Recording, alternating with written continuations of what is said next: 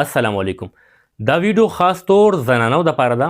دا هغه زنانو د پاره چې د هغې هارمونز بیلنس نه وي، غیر متوازن وي. ګورې د زنانو دوه خاص هارمونز دي کوم ته چې جنسي هارمونز وي، یو ته استروجن وي، یو ته پروجسترون وي، او دا دواړه یو ځای کار کوي. کله چې دا صحیح روان وي نو بیا د زنانو ټول چې کوم سیستم دی، نظام دی د بدن، هغه صحیح روان وي. خو کله چې په دې کې څه مسلې راپېښې شي، دا غیر متوازن شي، نو ګوره چې استروجن هارمون دی د دې څه کار دی؟ د استروجن هارمون دا دی چې دا د مینسس چې کوم سیستم دی د ماهوارۍ هیز راتلل هغه نارمل ساتي، یعنی هغه ابنارمل نه وي. دا نه چې مخکې راځي زر راځي لیټ راځي. نو چې دا کله هارمون برابر وي نو مینسس به نارمل وي. دغسې موډ سوینګ کنټرول وي. کوم زنانو ډېر زیات طبیعت بدلیږي را بدلیږي، سات کې خوشحالي، سات کې خپهی، جاړي، خاندي، او مستقل مزاجي پکې نه وي، یا چړچړاپن وي پکې، ډپریشن شکار وي. نو د دې به استروجن هارمون خامخا ابنارمل وي. دغسې چې د هغې مینسز ابنارمل وي، دغسې چې د هغې پریګننسي نه کېږي، یا یې سیکشولي ډیزایر نه وي، جنسي خواهش نه وي، نو د هغې به استروجن هارمون خامخا غیر متوازن وي. استروجن هارمون چې کوم دی د سکین دپاره ضروري دی، د ویښتو دپاره ضروري دی، د هډوکو مضبوطیا دپاره ضروري دی، د زړه صحت دپاره ډېر زیات ضروري دی. چې کله دا پوره وي نو په بدن کې به دا مسلې نه راځي. هډوکي به هم صحیح وي، زړه به هم صحیح وي، ویښته به هم صحیح وي، سکین به هم صحیح وي، او مینسز سیسټم به هم ټیک وي. خو چې کله استروجن هارمون کې مسلې راشي نو بیا به دا ټولې مسلې ورسره راځي. دغسې پروجسترون هارمون چې کوم دی دا د استروجن هارمون سره یو ځای کار کوي. چې دا کله ابنارمل وي نو یو خو پریګننسي نه کېږي، د دې کار وي پریګننسي کول. چې کله دا ابنارمل شي، دا صحیح نه وي، نو پریګننسي به نه کېږي، بل به پریګننسي ضایع کېږي، مسکیریج به کېږي. دویم به داسې کېږي چې مینسز به ابنارمل وي. نو دې نارمل کېدو لپاره میډیکیشن هم دی، خو قدرتي طریقې ته زه ښیم، د قدرتي یو څو نسخې درته ښیم. چې کله دا تاسو اپلای کوئ، دا ازمیښت وکړئ، نو انشاءالله که تاسو دوایي علاج کوئ، هغه نه منع کول نشته، دوایي هم تاسو جاري ساتئ، بغیر دوایي به هم تاسو انشاءالله هارمونز دا چې کوم استروجن دی، پروجسترون، دا نارمل شي انشاءالله. د دې لپاره قدرتي یو نسخه درته ښیم، کوم ته چې سیډ سایکل وایي، د تخمونو یعنی بیج استعمال چې کوم دی، د هغې بهترینه طریقه دا ده چې دا 4 قسمه بیج دي، 4 قسمه تخمونه دي، او دا به یو خاص طریقې سره تاسو استعمالوئ.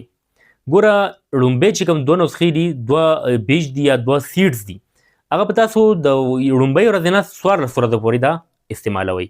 د لومبۍ ورځې نه چې کله مینس سټارټ شي تر 14 ورځو پورې، یعنی 14 ډیز پورې، دا ځکه چې په دغه ورځو کې استروجن هارمون چې کوم دی د سطح اوچتېږي په روانه باندې، او بل چې کوم بیزه ده، کومه انډه ده، نو هغه هم ریلیز کېږي، هغه هم اخراج کېږي.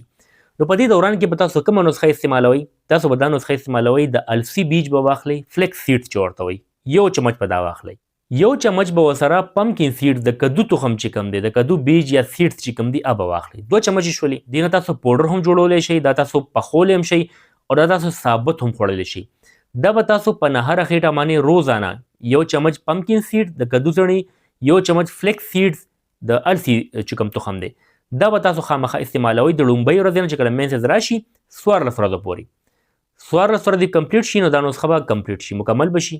د 15مې ورځې نه بیا 28مې ورځې پورې دا دویم فیز شروع شي، دا دویم قسم سیډز دي، دا به استعمالوئ، ځکه چې په دې ورځو کې پروجسترون هارمون چې کوم دی د هغې سطح په اوچتېدو شي. نو په دې دوران کې به تاسو چې کوم دی تیل چې ورته وایي، کونځلي، سپینې کونځلي، دا به 1 چمچ واخلئ، ورسره سنفلاور سیډز، د نرپرست تخم، د هغې سیډ 1 چمچ په دا واخلئ. د دې تاسو پاوډر هم استعمالولی شئ، او دا تاسو ثابت حالت کې هم خوړی شئ. نو دا به تاسو د 15مې ورځې نه تر 28مې پورې استعمالوئ. دا 28 ورځو دا سایکل شو، د سیډ سایکل دی ته وایي.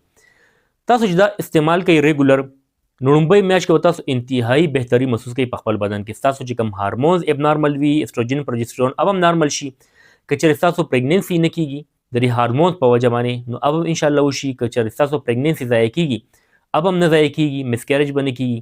یا که ستاسو موډ سوینګ ډېر وي، طبیعت مو ډېر زیات په مستقل نه وي، کله یو شان، کله بل شان، کله خفه، کله خوشحاله، یا انسومنیا شکار، یا خوب مو په ځای نه وي، دا ټولې مسلې د هارمون سره وي او د دې سیډ سایکل سره دا تاسو جاري ساتئ. ګوره دې څه نقصان نشته، سایډ افیکټ یې نشته، مضر اثرات یې نشته. دې سره به ستاسو وینه هم برابره وي، هارمون هم نارمل وي، ذهني سکون هم ورته ملاویږي، پټې هم مضبوطي، ډپریشن هم ختمیږي، او دا ډېر زیات طاقتور سیډز دي. نو دا تاسو 4 ونه نوټ کړل. د لومبۍ ورځې نه 14 ورځو پورې د پمکین سیډ، د کدو څڼې 1 چمچ، او فلیکس سیډز، الفي بیج، الفي تخم، دا به 14 ورځې 2 چمچ روزانه په ناره خېټه استعمالوئ. د 15مې ورځې نه بیا 28مې ورځو پورې سپینې کونځلي او نرپرست تخم، دا به تاسو 1 چمچ په ناره خېټه استعمالوئ.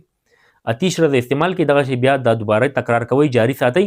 انشاءالله بدن کې ډېر زیاته بهتري محسوس کوئ، او د الله په فضل به تاسو که پریګننسي کوم زنانو نه کېږي واده کړي زانه وي نو هغه به هم انشاءالله وشي، یا کومې زنانه میرډ نه وي خو د هغې د هارمون ابنارمل وي، د هغې په وجه ورته مسلې وي، د ویښتو مسلې وي، د سکین مسلې وي، هډوکي کمزوري وي، مینسز ابنارمل وي، نو انشاءالله هغه به هم ټول ټیک ټاک شي. خیر امید ده چې ویډیو به تاسو ته فایده درکړي. داسې معلوماتي ویډیوز کتلو لپاره زما چینل ډاکټر شبیر پښتو خامخا سبسکرایب کړئ. دا ویډیو خپل ملګرو سره هم شیر کړئ چې هغوی ته هم فایده ورسي. ډېره مننه. الله حافظ.